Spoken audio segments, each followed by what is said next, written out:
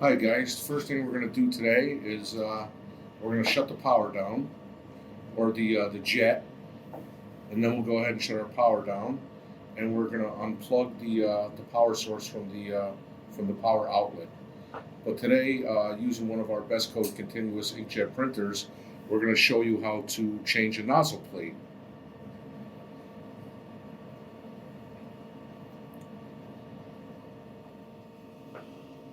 So we put our print head inside this vise.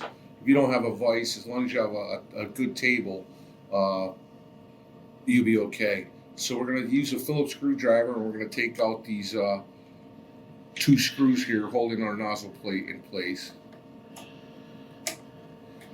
And again, that's why I say do it over a table, because if you drop those and they fall on the ground somewhere and you lose them, that's not going to be a good thing. So when I change a nozzle plate, I always do it on a good flat surface.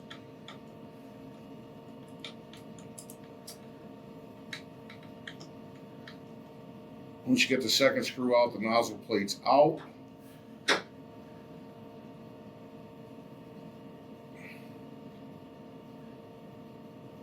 You check the orientation. We're going to grab either a screwdriver or a pick now. We're going to go ahead and we're going to take out this rubber seal here.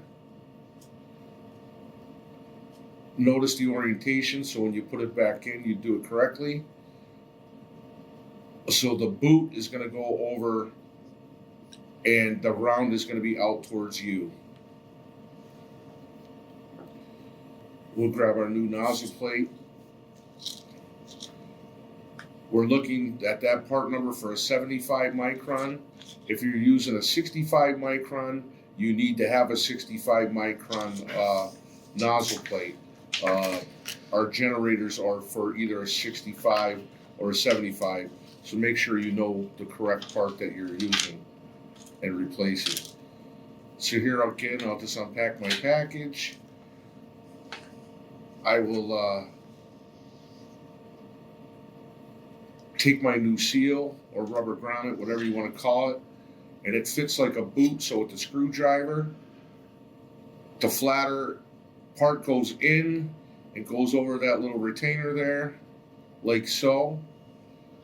We will take our new 75 micron nozzle plate, like so.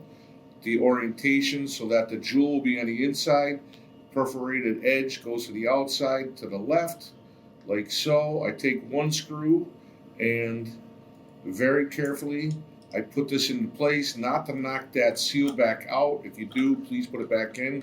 Gently start to put the one screw in to hold it in place. Then we'll go ahead and we'll put in our other screw. Very carefully, if you feel like you're cross-threading, stop and just and retry again. They're very easy to strip out the inside of our generator. So just make sure they go in smooth. Can't over tighten them, but make sure they're in firmly. And that's about it, guys. You are going to have to watch another video that we have to realign our jet. Thank you.